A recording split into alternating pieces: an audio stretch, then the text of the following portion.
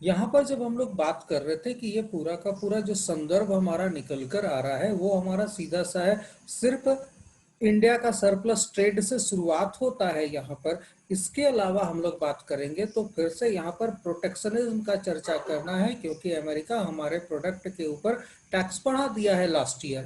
तो अमेरिका ने जो पहले हमें प्रिविलेज देता था वो बंद कर दिया है, अब हमारे प्रोडक्ट पर ज़्यादा टैक्स लगा रहा है, क्योंकि अमेरिका को कहना है कि भारत अब डेवलपिंग देश में एक अगली कतार में खड़ा हुआ देश है। तो निश्चित तौर पर अब भारत को इन सारे जो उनको मदद मिलती थी डेवलपिंग देश होने के नाते, उनको हम लोग अब इस प्रकार की मदद नहीं करेंगे। तो निश्चित तौर पर ये भारत के बढ़ते हुए ट्रेड का आप परिणाम देख सकते हैं। तो अमेरिका भी आज निश्चित तौर पर हमारे ऊपर ये कह सकते हैं कि हम लोग यहाँ पर बेबी होने के ये से बच रहे हैं कि हम लोग कोई बच्चे नहीं है ट्रेड में। अब हम लोग अमेरिका के समकक्ष उसके काउंटर हम लोग पार्टनर होते जा रहे हैं। तो यहाँ पर याद रखिएगा ये इस प्रकार की नीतियां हैं। कोई भी अमेरिकी राष्ट्रपति हो वो हमेशा अमेरिका का हित, उसका हक पहले सोचता है। तो यहाँ पर याद रखिएगा, कभी कभी ये चर्चा आती है, अभी आपका इलेक्शन आ रहा है तो अभी देखोगे न्यूज़पेपर में आर्टिकल्स आएंगे कि क्या ट्रंप के जगह पर उनका जो अगला कॉम्पिटिटर होगा वो क्या भारत के लिए बेहतर होगा, क्या ट्रंप के साथ का बना रहना भारत के लिए बेहतर नहीं है। तो यहाँ पर याद रखिएगा इस प्रकार की जो चीजें हैं वो कहीं कोई मायने रखती ही नहीं है। अमेरिकी एक अमेरिकी राष्ट्रपति होता है, वो भारत का राष्ट्रपति नहीं होता है। याद रखिएगा वो भारत के लिए अच्छा और बुरा हो ही नहीं सकता, वो सिर्फ होगा तो अमेरिका के लिए अच्छा होगा, वो कभी इंडिया का नहीं हो सकता। तो बहुत सारे लोग हैं जो भारत के लोग हैं, वो तो नहीं नहीं नहीं ट्रंप को होना चाहिए, नहीं हिलरी क्लिंटन को होना चाहिए, नहीं इसको होना चाहिए। तो सबकी बातें यहाँ पर याद रखिएगा। इस प्रकार के जितने भी परिवर्तन होंगे, जो भी राष्ट्रपति अमेरिका का बनेगा वो सबसे पहले एक अमेरिकी होगा, वो किसी भी हालत में भारतीय पक्षकार नहीं हो सकता है। इस चीज को हम लोग को समझना पड़ेगा। तो यहाँ पर याद रखिएगा ट्रेड जो सरप्लस की स्थिति है वो भारत के पक्ष में है। लास्ट ईयर भारत को जो कंफर्ट जोन अमेरिका देता था उससे वो बाहर कर चुका है। नतीजा अब भारत के साथ अमेरिकी नीतियां काफी कठोर तो नहीं कही जा सकती, लेकिन पहले की अपेक्षा तो जरूर कठोर हो गई है। दूसरा अगर यहाँ पर बात करेंगे, आने वाले समय में एक बड़ा इन्वेस्टमेंट अमेरिका से भारत आने की संभावना है। वैसा इन्वेस्टमेंट जो चाइना की ओर मूव कर रहा था या चाइना में था। अब वो चाइनीज इन्वेस्टमेंट जो कि चाइना के बराबर का अगर कोई देश है तो वो इंडिया है, और कोई नहीं है। उतना बड़ा बाजार और किसी देश में नहीं है। तो चाइना में अगर कोई अमेरिकी कंपनी काम कर रही थी और प्रोडक्शन वहां यूनिट को ले हुई थी, तो उसको अगर कंपनसेट करना है चाइना से निकाल कर तो उसे इंडिया लेकर आना होगा। क्योंकि ना इंडोनेशिया, ना मलेशिया, ना मैक्सिको, ना साउथ अफ्रीका, ना ब्राजील, किसी के पास 135 करोड़ की पॉपुलेशन नहीं है। तो हमारे पास याद रखिएगा सबसे बड़ा परचेजिंग पावर भी एक पॉइंट होता है। तो विश्व की तीसरी परचेजिंग पावर तो हम लोग हैं, अमेरिका, चाइना और तीसरा नंबर पर इंडिया।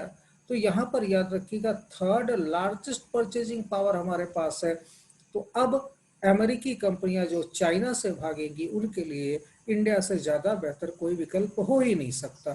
तो वो ना इंडोनेशिया जाएगी ना मलेशिया जाएगी। हाँ, धर्म के आधार पर कहीं कोई जा सकता है, इसमें पॉसिबिलिटी है कि धर्म के आधार पर कोई जा सकता है, कहीं भी इस प्रकार की घटनाएं हो सकती हैं। तो यहाँ पर एक मिनट थोड़ा सा आप लोग रुकेंगे।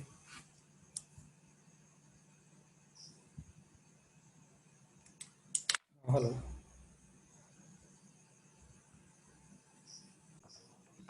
यहाँ पर देखो हम लोग बात कर रहे थे ट्रेड सरप्लस पॉलिसी का। अब ट्रेड सरप्लस पॉलिसी का जब हम लोग बात कर रहे थे तो यहाँ पर समझिए कि स्थिति किस प्रकार का था हमारा, कि यहाँ पर हम लोग जब देख रहे हैं अमेरिका को, तो अब अमेरिका हमको एक कॉम्पिटिटर के रूप में देखता है, न कि एक डेवलपिंग नेशन के रूप में देख रहा है। तो अब हमको वो कॉम्पिटिटर के रूप में देख रहा है। ये बड़ा मतलब एक प्रकार से कह सकते हो चैलेंजिंग भी है और खुश होने वाली भी बात है कि अब अमेरिका भी हमारे साथ कंपटीशन की भावना रखता है। पहले एक होता था कि नहीं ये डेवलपिंग देश है, अमेरिका एक बड़ा ताकतवर मुल्क है। आज से पहले हम लोग को यही बताया गया था कि अमेरिका हो गया या फिर जापान हो गया, ये डिफरेंट अलग अलग बहुत सारे ताकतवर मुल्क है, चाइना हमारा ताकतवर मुल्क है आज के टाइम में। ये सारे तो कहीं ना कहीं आपकी सारी चीजें पीछे छूटती जा रही हैं। आज के टाइम में यह है कि अमेरिका हमसे कंपटीशन कर रहा है, तो निश्चित तौर पर उसमें भी समता की भावना आ गई है कि अब अमेरिका और इंडिया दोनों एक होने वाले हैं या कुछ समय में हो जाएंगे। दूसरे साइड से यहाँ पर वीजा वाला प्रॉब्लम भी आपको आएगा क्वेश्चन का एक हिस्सा, लेकिन वो सोशियोलॉजी के एंगल से हम लोग देखेंगे और उसको मिलाएंगे इकोनॉमिक्स के साथ। तो यहाँ पर याद रखिएगा, अगर आपसे पूछता है कि अमेरिका हाल के वर्षों में भारत में वीजा देने की संख्या में कटौती करता जा रहा है, आएंगे हम लोग जब अमेरिकन इंडो रिलेशंस के ऊपर आएंगे, इंटरनेशनल रिलेशन में और डिटेल ये करेंगे यहाँ पर हम लोग, ठीक है। अभी सिर्फ आप लोग पॉइंट सुन लीजिए कि वहां पर क्या, अभी हम इसका डिटेल में नहीं घुसेंगे। अमेरिका जो वीजा रिलेशंस को हमारा क्या करता जा रहा है, कठोर करता जा रहा है। भारतीयों के लिए वीजा देना उसे क्या उचित माना जाए, या उसका भारत के ऊपर क्या आर्थिक प्रभाव पड़ेगा, या अमेरिका के ऊपर क्या आर्थिक प्रभाव पड़ेगा, ये दो तीन एंगल है हमारे। इसको भी ध्यान में रखना है आपको फ्यूचर ये के लिए, ठीक है। अभी उसको हम इस क्लास में डिस्कस नहीं करेंगे, इंटरनेशनल रिलेशन की क्लास में ही डिस्कस होंगे। तो यहाँ पर अब इकोनॉमिकल संबंध में सीधा तौर पर भारत की कहीं ना कहीं अगर बात करेंगे तो भूमिका मजबूत होती दिख रही है आर्थिक जगत में। इसे 2025 तक 5 ट्रिलियन वाली इकोनॉमी बनता हुआ रखने देखने का लक्ष्य रखा गया है इस गवर्नमेंट के द्वारा। हालांकि एक टारगेट है ही नहीं, ये आपका वर्ल्ड बैंक का प्रिडिक्शन था। वर्ल्ड बैंक का प्रिडिक्शन था कि 2025 तक भारत की इकोनॉमी 5 ट्रिलियन की हो जाएगी। ये वर्ल्ड बैंक ने प्रिडिक्ट किया था। मोदी जी ज्यादा समझदार है, इन्होंने सीधा इसको टारगेट बना दिया कि उनको पता है कि अगर कुछ करे या न करे फिर भी हो जाएगा ये पूरा। कोरोना के बाद तो और तेजी से पूरा होगा। 2021 और 22 का डेवलपमेंट रेट देखिएगा, एकदम से ग्राफ ऊपर जाएगा। वो एकदम से हो सकता है 60 डिग्री पर ऊपर भागे आपका ग्रोथ का ग्राफ हमारा। तो 2021-22 ये 2 साल में या 5 ट्रिलियन हो सकता है इंडिया पास कर लेगा। ये तो नहीं तेजी से ग्रो करने वाला है, क्योंकि होता है ना कि एक झटका लगता है, तो इंडिया को एक झटका लगा है। अब ये झटका के बाद होगा कि 21-22 ऑल टारगेट आर फिनिश्ड वाला कंडीशन होंगे कि 5 ट्रिलियन की इकोनॉमी घुस जाएगी हमारा बहुत आसानी से। कारण है पूरे वर्ल्ड का ट्रेड खिंचाएगा यहाँ पर। अब आगे आओ, वापस चलते हैं हम लोग जहां पर से उठाए थे। अब यहाँ पर जब हम लोग उठाए थे ये सारे प्रश्नों को, तो यहाँ पर याद रखिएगा ये सारे के सारे प्रश्न जो हमारे हैं, इसको हमको देखना है इसी 1991-92 वाले ग्राफ से। तो इतना आपको ये 3 क्वेश्चन मैंने दिया हुआ है। अच्छा, आप लोग अपना मेल चेक कर लेंगे, मेल गिरा होगा इंडियन हिस्ट्री वाला। अनीसा चेक कर ली है? नहीं सर, मेल तो मतलब ऐसा कोई आया नहीं है, बट चेक कर लेंगे, हो सकता है। हाँ नहीं, आपका 8 बजने में 5 मिनट पहले भेजे हैं हम। नहीं चेक किया, देख लूंगा सर। कई बार 5 मिनट लग इंडियन जाता है। हिस्ट्री वाला सर। हाँ, इंडियन हिस्ट्री वाला। सर एक तो चीज बोलना था ना हाँ कि एक आप मतलब जियोलॉजिक टाइम का जो पीडीएफ भेजे है ना हाँ स्टार्टिंग में, हाँ हाँ उसमें उसमें इवोल्यूशन ऑफ अर्थ और सोलर सिस्टम का भी कुछ भाग है ना, हाँ क्योंकि सोलर हम सिस्टम। लिखे थे तो हाँ सोलर सिस्टम भी है। मतलब एक दो पेज, ज्यादा नहीं, एक दो पेज। हाँ और फिर इवोल्यूशन ऑफ अर्थ है, उसके बाद फिर क्वेश्चंस है वो सोलर सिस्टम से रिलेटेड है। हम्म। हम लिखे थे, हम उसको पढ़ रहे थे ना, तब हमको फिर ध्यान आया। सर सोलर सिस्टम वाला सारा जो प्लैनेट्स वाला था ना हाँ हाँ हिस्ट्री, वो वाला पीडीएफ भेज दीजिएगा ना। ठीक है, आप पहले भेजे थे हम क्या? नहीं, आप भेजे थे वीडियो, जो अच्छा, क्लास का आप रिकॉर्डिंग पीडीएफ था नहीं ना भेजे हैं वो उसका? पीडीएफ नहीं भेजे हैं उसका? नहीं, नहीं सर, अच्छा ठीक है, हम भेजते। सोलर पीडीएफ कैसे? सिस्टम पीडीएफ का वाला भेज पीडीएफ नहीं भेजे। भेज देना चाहिए था। भेज दीजिएगा पीडीएफ ना। कैसे? ठीक है, भेज देंगे। पता नहीं कैसे छूट गया, वो तो बहुत पहले चल जाना चाहिए था। सोलर सिस्टम का 3 आया है, पार्ट 1, पार्ट 2, पार्ट 3, लेकिन वो सारा रिकॉर्डिंग ही है, अच्छा, तो रिकॉर्डिंग पीडीएफ ही है। भेज दीजिएगा ना। ठीक है, हम भेज देते हैं, ठीक है, हाँ भेज देंगे। ठीक। ठीक है सर। अब यहाँ पर आते हैं वापस हम लोग फिर से अपने पॉइंट के ऊपर कि जहां से हम लोगों ने शुरुआत किया था, हम लोग फिर से वही पॉइंट को पकड़ रहे हैं कि हम लोगों ने जिस प्रकार से देखा था वो हम लोग को देखना है। अब यहाँ पर देखो किस प्रकार से चीजें हमारी जा रही है। सर बीच में सॉरी, थोड़ा इंटरप्ट कर रहे हैं, हाँ, 2 चीज हमको बता दीजिएगा ना, एक अपक्षय और अपर्दन, ये हम ज्योग्राफी में पढ़ रहे थे, थोड़ा सा बता दीजिएगा ना डिटेल में। क्या होता है? इतना विशुद्ध हिंदी मार दी है तुम थोड़ा सा तो। अपर्दन यानी कि जो तुम्हारा मिट्टी का कटाव होता है ना, हाँ। वो आपका कहलाया अपर्दन, ठीक है।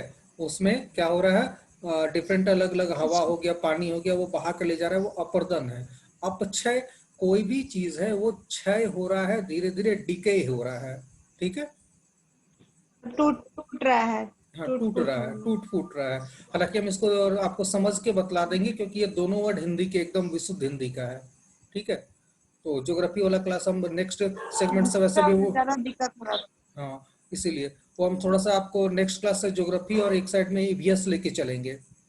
तो दोनों मिलता जुलता टॉपिक है, तो दोनों साइड से हम लेके चलेंगे। एक साइड जो ईवीएस आपको लास्ट हम उठाए थे क्लास में, और दूसरा मिला देंगे हमारा क्या,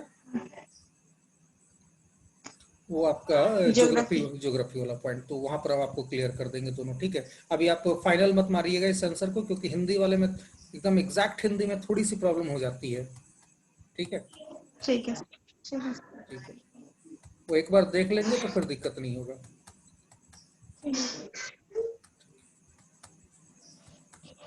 अब यहाँ पर आते हैं हम लोग। वो अनिशा, ये हम लोगों ने कर लिया था ना 8 5 ईयर प्लान।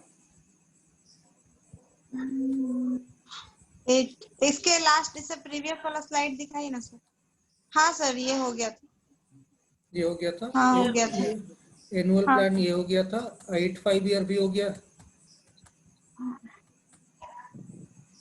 9 5 ईयर प्लान हुआ था। ये नहीं सर, ये नहीं हुआ था। स्टार्ट किए स्वर्ण थे सर। जयंती हो गया था ना, स्टार्ट किए हैं। स्टार्ट किए। स्टार्ट किए थे स्वर्ण सर ये वाला। जयंती किए थे। अच्छा, ठीक है। अब यहाँ पर देखो 9th 5 ईयर प्लान में अगर बात करते हैं तो 9th 5 ईयर प्लान हमारा बहुत ही कह सकते हैं एक क्रिटिकल सिचुएशन से निकलता हुआ एक स्ट्रांग पोजीशन के ऊपर पहुंचता है। यह शुरुआत होगा आपका आई के गुजराल से और खत्म होगा अटल बिहारी वाजपेयी पर। तो आई के गुजराल और अटल बिहारी वाजपेयी ये दो पॉलिटिक्स के दो अलग अलग धुरी थे, और दोनों ने मिलकर इस प्रोजेक्ट को पूरा किया। मैक्सिमम टाइम यहाँ पर आपका 98 से लेके 2002 तक, 4 साल तक इसमें अटल बिहारी वाजपेयी ही रहे। तो यहाँ पर याद रखिएगा मूलतः यह अटल बिहारी वाजपेयी की योजना है। हालांकि इसका जो गोल टारगेट है ये सबका सब सेट किया गया था आई के गुजराल के द्वारा। तो यहाँ पर देख ही रहे हो, growth with social justice and equality को नारा बनाया गया है। तो growth with social justice and equality की जब हम लोग बात कर रहे हैं तो यहाँ पर याद रखिएगा इसमें हमारा विकास का लक्ष्य के लिए बेसिक इंफ्रास्ट्रक्चर के ऊपर अच्छे ध्यान दिए गए। क्या क्या यहाँ पर चीजें हुई ये समझ लीजिए कि किस प्रकार से हम लोगों ने ये किया।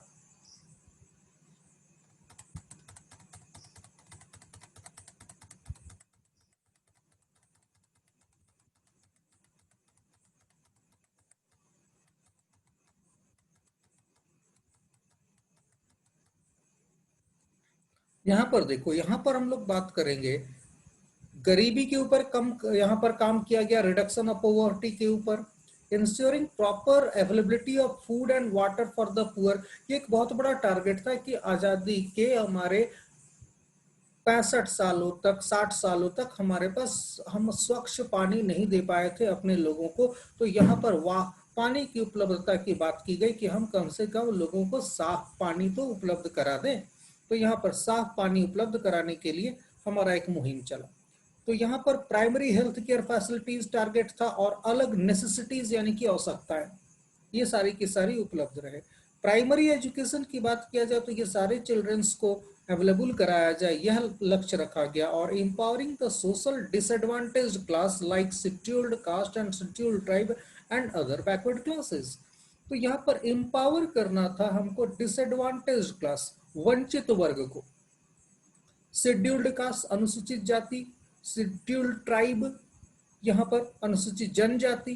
तो यहाँ पर अनुसूचित जाति, अनुसूचित जनजाति और other backward class OBC group को यहाँ पर एम्पावर्ड करना था। यहाँ पर याद रखिएगा आज के टाइम में कई बार बड़े कंट्रोवर्शियल क्वेश्चन पूछ लिए जाते हैं। सपोज कीजिए आप एसटी कैटेगरी से बिलोंग करते हैं, तो यहाँ पर आप जब जाएंगे आप इंटरव्यू में तो पूछेगा क्या, आपको सीधा सा पूछेगा कि क्या आरक्षण देश के लिए समस्या नहीं है। आपको वो जान रहा है कि आप एसटी कैटेगरी के हैं, लेकिन क्वेश्चन आपको कैसा पूछा, उल्टा।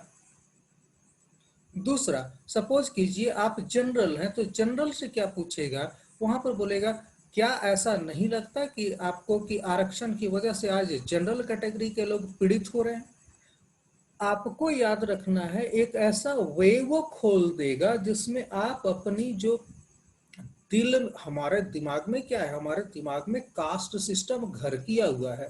तो सबसे पहले आपको आईएएस बनने के लिए आपको ये सारा सिस्टम को हटाना पड़ेगा, कास्ट रिलीजन जितने भी फाउंडेशन है सबको हटाना पड़ेगा, तभी आप एक परफेक्ट एडमिनिस्ट्रेटर बन सकते हैं।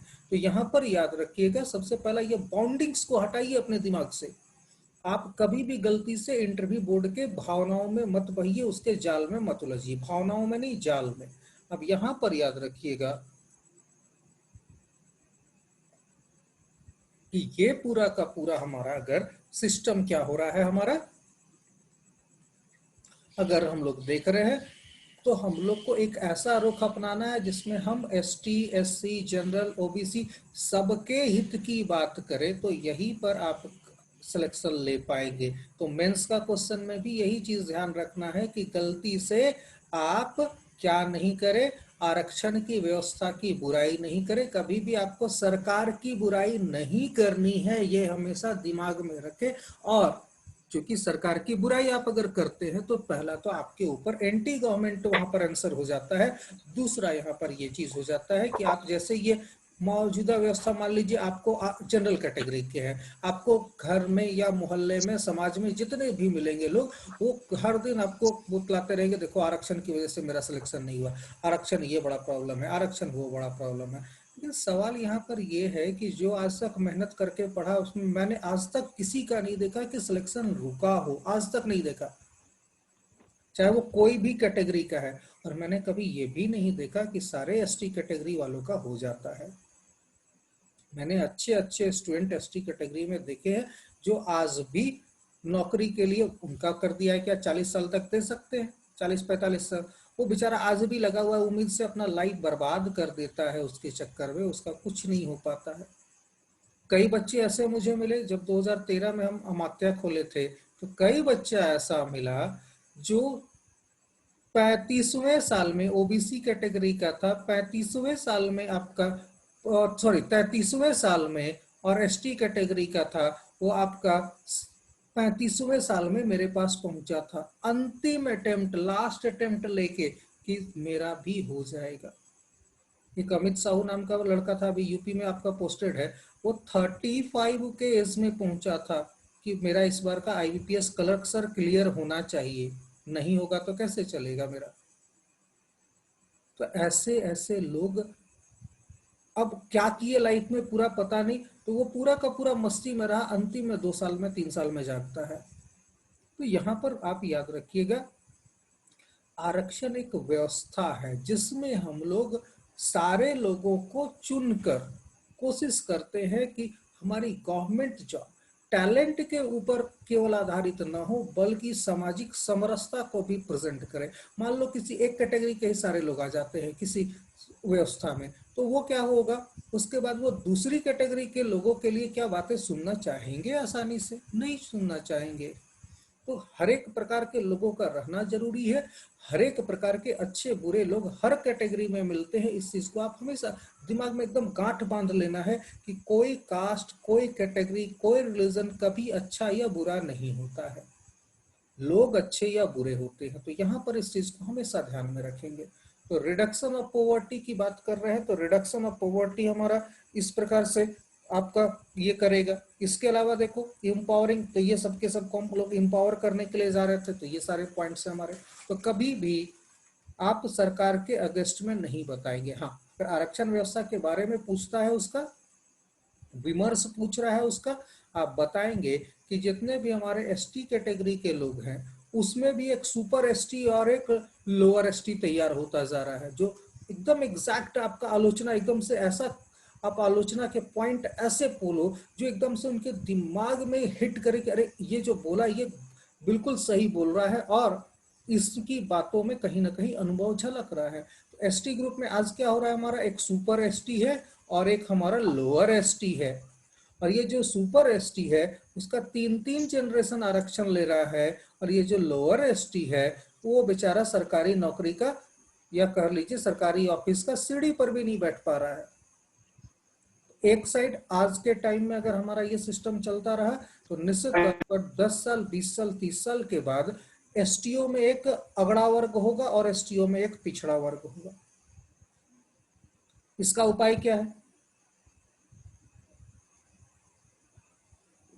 इसका उपाय सीधा सा है कि वैसे लोग जो 2 बार या 3 बार आरक्षण ले चुके हैं उनको कहीं ना कहीं आरक्षण की व्यवस्था में थोड़ा सा पीछे किया जाए। पहले मौका उन एसटी को दिया जाए जिनके घर में आज तक कोई सरकारी जॉब नहीं है।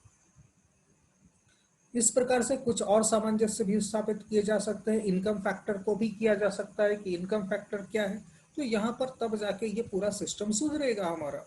तो यहाँ पर एसटी हो या एससी हो, तो यहाँ पर ये स्थितियां आ रही हैं। हालांकि अभी वर्तमान में जो स्थिति चल रही है वो सबसे बेहतरीन व्यवस्था आपकी चल रही है, जिसमें सभी लोगों के लिए कुछ ना कुछ रिजर्वेशन के प्रावधान है और सारे के सारे लोग को सेटिस्फाइड होना चाहिए मे बी। चलिए आगे चलते हैं। यहाँ पर developing self reliance in the term of agriculture, आर्थिक रूप से कृषि में हम लोग क्या हो, आत्मनिर्भर हो। हम लोग इस अवस्था में सिर्फ आत्मनिर्भर ही नहीं बने, यहाँ पर एग्रीकल्चरल प्रोडक्ट के एक्सपोर्टर भी बन गए। तो यहाँ पर क्या बन गए, एग्रीकल्चरल प्रोडक्ट के एक्सपोर्टर भी बन गए। तो यहाँ पर एग्रीकल्चरल प्रोडक्ट के एक्सपोर्टर भी हम लोग बन जाते हैं। साथ में acceleration in growth rate of the economy with the help of stable prices. बहुत जो पॉइंट था यहाँ पर, ये सबसे इंपॉर्टेंट का पॉइंट था। आपको यही फोकस करना है अपने पूरे के पूरे सेगमेंट पे। क्या फोकस करना है ये समझो। एक्सेलरेशन इन ग्रोथ, ग्रोथ में क्या करना, एक्सेलरेशन। एक्सेलरेशन समझ रहे हो फिजिक्स में कि जो हमारा स्पीड बढ़ने की दर होती है उसको एक्सेलरेशन कहते हैं। तो जो हमारा स्पीड बढ़ रहा है, मान लो गाड़ी 10 किलोमीटर पर सेकंड से चल रही है, फिर 12 किलोमीटर पर सेकंड से चली, फिर 14 किलोमीटर पर सेकंड से चली, फिर 16 किलोमीटर पर सेकंड से चली। ये जो हमारा ग्रोथ चल रहा है, ये हमारा ग्रोथ क्या बतलाता है आपका, ये ग्रोथ बता रहा है कि एक्सेलरेट हो रहा है, स्पीड हमारा रेगुलर है। ठीक है, रेगुलर हमारा स्पीड बढ़ रहा है। अब यहाँ पर देखो कि ये जो हमारा है ये किसके ऊपर डिपेंड करेगा, एक सीधे तौर पर स्टेबल प्राइसेस के ऊपर। जब हमारा मूल्य स्थिर होगा तब होगा। अब यहाँ पर समझिए किस प्रकार की चीजें निकलती है। मान लो आप 2019-20 में आप इनकम करते थे 100 रुपया, ठीक है। 2020-21 में अगर बात करेंगे तो आपने बहुत मेहनत की और आपने अपने इनकम को 110 रुपया कर लिया। तो यहाँ पर इनकम आपका क्या हुआ, इंक्रीज आपने किया, बहुत मेहनत की आपने, 100 रुपए से इंक्रीज 110 रुपया कर लिया। लेकिन जब आप गए बाजार में पिछले साल परचेज करने के लिए जा रहे थे, अगर यहाँ पर परचेजिंग पावर की बात आएगी तब ये क्या होगा हमारा, परचेजिंग पावर हमारा। तो परचेजिंग पावर अब यहाँ पर हम बात करेंगे तो परचेजिंग पावर हमारा सीधे तौर पर क्या काम करता है, 100 रुपए में अगर मान लो यहाँ पर हम जो भी कॉमोडिटी खरीद रहे थे 100 रुपया का, अब इसका कीमत अगले साल बढ़ के 120 रुपया हो गया। तो यहाँ पर आपने तो बहुत मेहनत की, आपने इनकम को 110 किया, लेकिन खर्चा आपका कितना हो गया, मान लीजिए 100 के जगह पर 110 ही आपका बढ़ गया। जो प्राइस ऑफ कमोडिटीज थी वो बढ़ गई हमारी, 100 से 110 हो गई। तो क्या आपको इस बढ़े हुए सैलरी का कोई लाभ मिलेगा, नहीं मिलेगा। आपने सैलरी खूब मेहनत करके बढ़ाई, लेकिन पता चला वस्तुओं के दाम बढ़ गए और आपका जो लिविंग स्टैंडर्ड था वो एकदम से बराबर रहा।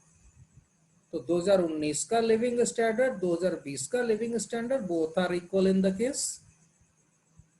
यहां पर ये सबसे जरूरी था कि हमारा स्टेबल, अगर आपको कभी बताए कि आप इस पंचवर्षीय योजना का प्रमुख टारगेट्स को बतलाएं तो आप ऐसा पॉइंट को यहां पर हिट करें जो बाकी लोग नहीं हिट करेंगे। तो आपको सोचने का एंगल थोड़ा सा बदलना होगा। तो यहां पर याद रखना, बाकी लोगों के एंगल से थोड़ा अलग सोचने की आदत डालिए, यही आपको एडमिनिस्ट्रेटर बनाएगा। एनालिटिकल पावर आप में डिस्कस होनी चाहिए। इसके अलावा बीच बीच में आप लोग का डिसीजन मेकिंग का कुछ एक दो क्लास भी मैं ये करूंगा, क्योंकि डिसीजन मेकिंग मेरा जो लॉजिकल रीजनिंग है, अभी तक मैंने सिर्फ पूरे के पूरे ये में लॉजिकल रीजनिंग के पार्ट को ही पढ़ाया है। तो लॉजिकल रीजनिंग जब एक बार गलती से फैकल्टी भाग गया था, तब मैंने शुरुआत की थी लॉजिकल रीजनिंग पढ़ाने की। हमको जो फैकल्टी आता था, पता चलता है मेरे यहाँ का बच्चा लोग भगा देता था, बोलता था कि नहीं सर इसको तो हम ही लोग पढ़ा देंगे। क्योंकि पटना से मनीष सर आते थे पढ़ाने के लिए, तो पटना से मनीष सर आते थे तो उनके बराबर कोई पढ़ा नहीं पाता था। नतीजा रांची का फैकल्टी रीजनिंग वाले को टिकने ना देता था मेरे यहाँ का बच्चा लोग। तो अंत में लॉजिकल रीजनिंग पढ़ाने का शुरुआत हम किए, क्योंकि क्लास नहीं हो रहा था, बोले चलो लॉजिकल रीजनिंग हम पढ़ाते हैं। तो वही एक चीज़ है जो हम अपने तरीके से काम करते हैं। तो कभी 2-3 महीना के बाद ये चीज़ को एक आध बार हम लोग उठा के पकड़ शुरू करेंगे। वो जो प्री का टॉपिक है 2-3 महीना के बाद ही लॉजिकल रीजनिंग वाला, एक दो क्लास में तो आप ही को समझ में आ जाएगा। हमसे ज़्यादा आप लोग का लॉजिकल रीजनिंग स्ट्रांग हो जाएगा, डिसीजन मेकिंग और अच्छा आप लोग कर पाओगे, क्योंकि आप लोग करंट पढ़ रहे हो और बैंकिंग पैटर्न के साथ जुड़े हुए हो। तो आप लोग का ऑलरेडी डिसीजन मेकिंग बहुत स्ट्रांग होना चाहिए। और अगर कभी जरूरत पड़ा तो हम लोग और भी कुछ इंतजाम करेंगे एक आध का। ठीक है, चलिए यहाँ पर ये था हमारा, तो स्टेबल प्राइसेस के साथ ये था डेवलपमेंट हमारा। अब तो यहाँ पर the main objective of the 10th 5 year plan. अब यहाँ पर देखो, अब यहाँ पर दो दिग्गजों की पूरी की पूरी पार्टनरशिप चल रही है। दो दिग्गज कौन है? एक साइड है हमारे अटल बिहारी वाजपेयी, जिन्होंने इसे शुरुआत किया। तो याद रखिएगा, यह अटल बिहारी वाजपेयी का हमारा शुरुआत किया हुआ है योजना, और इसे खत्म करेंगे मनमोहन सिंह ने। तो यहाँ पर याद रखिएगा, दोनों सरकारें आपका एक प्रकार से कह लीजिए कोई भी पूर्ण बहुमत वाली सरकार नहीं थी। दोनों के दोनों बैसाखियों के ऊपर निर्भर सरकार थी। अटल बिहारी वाजपेयी की इसमें भी 24 से ज्यादा धड़े थे। अगर मनमोहन सिंह की सरकार की बात करेंगे तो इसमें भी 24-25 से ज्यादा ही पार्टियां थी। तो सब यह बड़े गठबंधन की दोनों सरकारें थी, जिसमें दो एक पार्टी यहाँ पर कांग्रेस बड़ी थी, यहाँ पर भारतीय जनता पार्टी बड़ी थी। तो यहाँ पर याद रखिएगा, ये जो पूरा का पूरा चल रहा है, इस चीज को सुनो। तो मेन ऑब्जेक्टिव हमारा क्या है? 10th 5 ईयर प्लान का अगर बात कर रहे हैं तो मेन ऑब्जेक्टिव यहाँ पर देखेंगे, attained GDP growth rate at per year. अब यहाँ पर इन लोगों ने टारगेट पकड़ लिया कि 8% का जीडीपी ग्रोथ रेट हमारा होना चाहिए। हालांकि इस पंचवर्षीय योजना में नहीं होगा ये, लेकिन खत्म होते होते यह 8% के रेंज में आ जाएगा। तो यहाँ पर रिडक्शन ऑफ पॉवर्टी बाय 5%, निर्धरता का 5% कमी करना है 2007 तक, एक बड़ा टारगेट था। Providing gainful and high quality employment at least to the addition of the labour force. लोगों को गेनफुल और हाई क्वालिटी एम्प्लॉयमेंट उपलब्ध कराना, ये बहुत बड़ा टारगेट था। Reduction in gender gap in literacy and wage rates by at least 50% by 2017। अब देखो यहाँ पर जो लिटरेसी है वो हमारा सीधे तौर पर क्या है, जेंडर गैप का भी यहाँ पर सफर कर रहा है। कैसे? यहाँ पर महिलाओं में शिक्षा की दर कम है, वहीं पर पुरुषों में महिलाओं से अपेक्षाकृत ज्यादा है शिक्षा की दर। तो यहाँ पर अब सबसे पहले जो बेसिक प्रॉब्लम है, यहाँ पर याद रखिएगा, एक शिक्षित महिला निश्चित तौर पर एक शिक्षित परिवार का निर्माण करती है। एक पुरुष शिक्षित है तो कोई जरूरी नहीं कि पूरा परिवार भी शिक्षित हो जाएगा, लेकिन अगर बात करेंगे कि एक महिला शिक्षित है तो निश्चित तौर पर आने वाले बच्चे भी शिक्षित होंगे और वो एजुकेटेड होंगे। तो यहाँ पर याद रखिएगा, ये इस प्रकार की पूरी चीजें हैं।